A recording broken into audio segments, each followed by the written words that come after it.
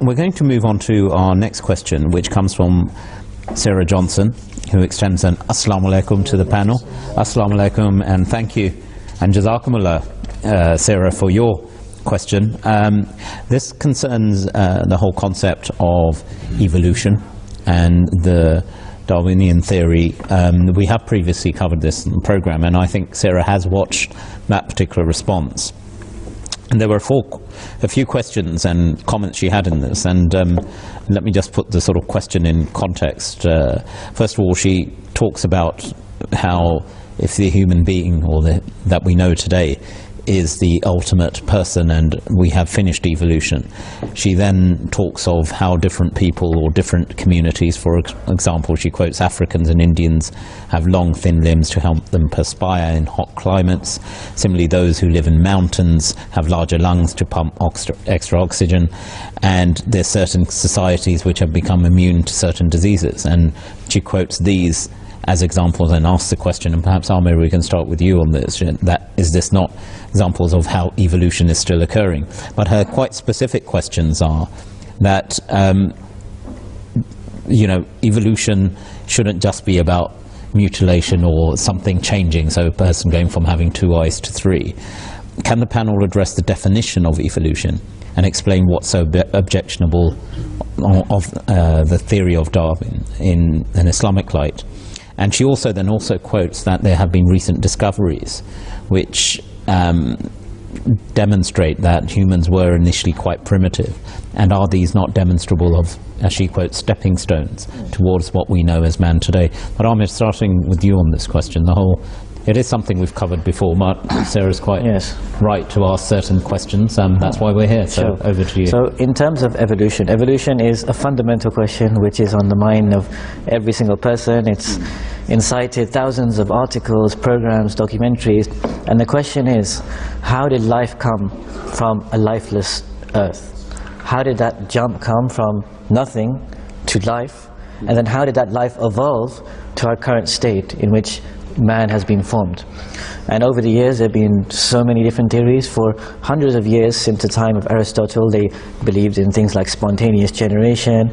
They believed in concepts in which species had formed in different ways, until the 18th or 19th or 17th century, when Darwinian theory came into play. And that is a predominant theory that is still accepted today. And Darwinian theory basically states that we as humans, as a species, formed out of another species. And the way it works is that from one species, they have genes within them, and when it passes from one generation to the other, mutations occur. And through a process of natural selection as it occurs, beneficial mutations occur which enact its survival, which allows it to pass on and survive in the best possible way. So the disadvantageous genes are left behind, and the beneficial advantageous genes are passed to the next generation, as we call it survival of the fittest, and this is called natural selection. And over time, over thousands or millions of years, these mutations keep on occurring until, according to this theory, an entirely new species formed. So this is how, in theory, we have come from apes to humans. This is the essence of Darwinian theory. In terms of going back to what he's saying, that isn't Darwinian theory mean that it should adapt rather than forming something which is not needed, for example an extra arm or an extra eye? From my humble understanding, I would agree with them that this is the Darwinian theory, that it adapts according to the need. So for example, in the current time we find even Kenyan runners who, because they live at an altitude, they have more oxygen intake and they often can run longer distances. And there are people who have adapted according to the environment. There are two issues with this. One is, scientifically nowadays there are people who are rebuking the Darwinian theory, and they say that Darwinian theory is something which modern science may be able to disprove. Now, one thing that Darwin has said himself in his book The Origin of Species, he says in this that if it could be demonstrated that any complex organ existed which could not possibly have been formed by numerous successive slight modifications, my theory would absolutely break down. Now this is a debate going on in the scientific community, and one scientist says that there are certain complex systems on a cellular level which prove that it was not formed out of this natural selection. And Darwin calls this the irreducibly complex system. He says, if this can be proved, my theory is debunked.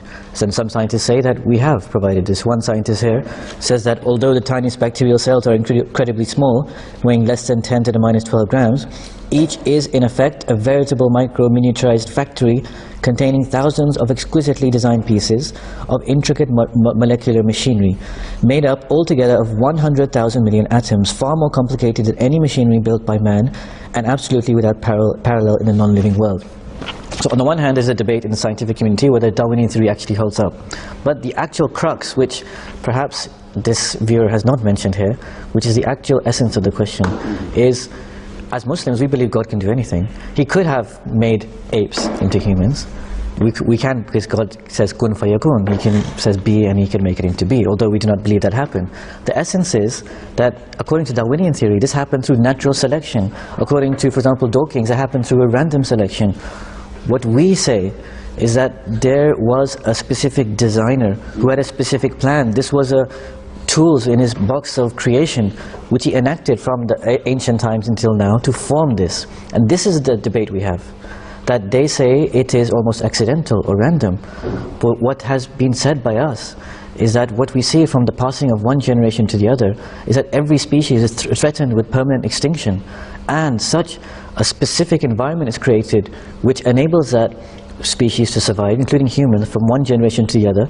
If that balance shifts even a little bit, it would destroy that species. So this seems to indicate towards a specific, well chalked out, well thought out plan to pass on, to evolve through. So this is the Islamic belief. Unfortunately, the debate has become so polarized that as soon as you mention religion or a theological concept, they say this must be something from ancient times or irrational. But the basic Quranic concept is that man evolved from clay, fermenting blackish mud, and also dust. This is mentioned in the Holy Quran. In terms of the scientific belief, I would refer people to the book by Hazrat Khalifa Masih the fourth head of the Ahmadiyya community, Revelation, Rationality, Knowledge and Truth, where he has discussed this in detail and proof from scientists who are now supporting this view. The Darwinian theory still does not explain how that initial step came from lifelessness to life.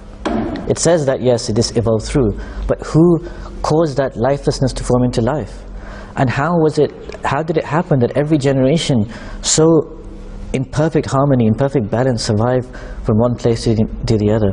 Just one example we can find is when people try to breed animals in different places. They try to bring certain creatures into other places to control animals, like for example the outbreak of rats or something like that. And often we find when they carry out this breeding, because they don't have that hand of the Creator, it leads to devastating effects, where the ecosystem is entirely spoiled.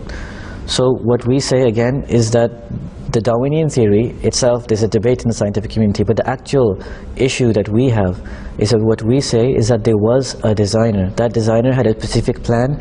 This was a part of his well thought out plan to actually bring about the best environment for man, because man is said to be the best of creation. So that whole evolution was designed for the sake of man to be in his present form.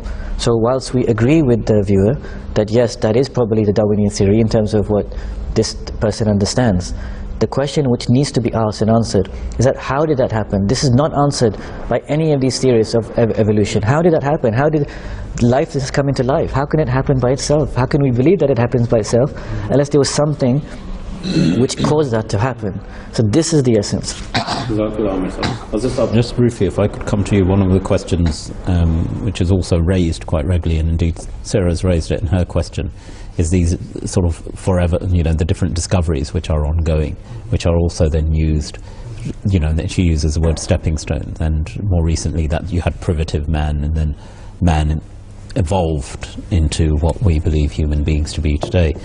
What's the sort of Islamic concept? I mean, these creatures clearly existed because there's scientific evidence, whatever we define those people or creatures as. But What's the Islamic perspective on this? Not to speak of only these creatures, as Amr Saab has mentioned, there was a time when man was in a whole different form. And if that seems surprising, then we don't know our own biology as it exists right now. The Holy Quran directs us to look at how we are created and says this is a microscope on the creation of man since the first time he came in this world. And it begins with those two particles, those two forms of life, the egg and the seed coming, the sperm and the egg coming together, and beginning to generate themselves in the womb of a woman. But it's asking us as man to step back for a moment and think that if that was outside the womb, wouldn't you be so surprised to see that initial form of life? We call it conceptus, a very small lump of flesh. That this is going to be a human being one day, standing with eyes and ears and a tongue to speak and think and all. You would look at it and say it's impossible. So the Quran is saying if you feel that is so impossible as a concept, then think about the whole universe which God has created. As he said, it had to have a starting point. And thus all these links that we look at, it says this seems to be a primitive form of man. Yes, there was something even more primitive than that. As the Quran said, at one point you were a thing that wasn't even worthy to be mentioned. That's how primitive of a creation we were. Whether that's the primordial soup that you talk about initially, or that's a later form of man's evolution. All these links are pointing to the evolution of man as a species all along the way, over tens and thousands and millions of years, reaching the point where we are Homo erectus and we are now at this stage. So no one rejects that in terms of the evolution process of the human being. What we're saying clearly, as Amr Saab has pointed out, we're saying there was no crossover. Each and every species went through its own humble origin to its current development, at whatever stage it is right now. And at no point did it cross over that the birds were at some point linked to the beasts, and the beasts were linked to man. Every single creation was evolving under the attribute of Rabb, which is the Lord of all creation. Allah says He is Rabbul Alameen, the Lord of all this creation, of all the universe, of all the worlds, all the creatures in it. And each one was under the attribute of Rabb, meaning they all evolved. So in basis, Islam accepts evolution as a concept because God says, I evolve everything. I take it from a small, simple, humble, imperfect form to a more complex, more perfect form as we're seeing now. And yes, we can even think that how much of the brain do we use now according to scientists? Very small portion. So there's room for further evolution within species even of different aspects of it. But the basic form, I think we've hit it. But that Rabb attribute will never end. It continues to move each separate species along its own path. And that's what we challenge the scientists to say, that we don't think there was a crossover. We think that there was a constant evolution of each species. And that's our idea, as opposed to Darwin who says, there was the lower forms of animals that led to the higher form of human beings. Interestingly, Hazrat Khalifatul Masih Rabi has spoken about the eye, and he's spoken about how perfect the eye is in its composition and its operation, and how it can not be envisaged that it could have been developed through natural selection. And Darwin himself, in The Origin of Species, he says, and I quote, "To suppose that the eye, with all its intermitable contrivances for adjusting the focus to different distances, for emitting different amounts of light, and for the correction of spherical and chromatic aberration, could have been formed by natural selection seems, I freely confess, absurd in the highest degree." So Darwin has left open some areas where are debatable as well. I think even with those who don't believe, ultimately the challenge is, well, your whole don't believing is belief in itself. But Jazakumullah, gentlemen, for your answers there.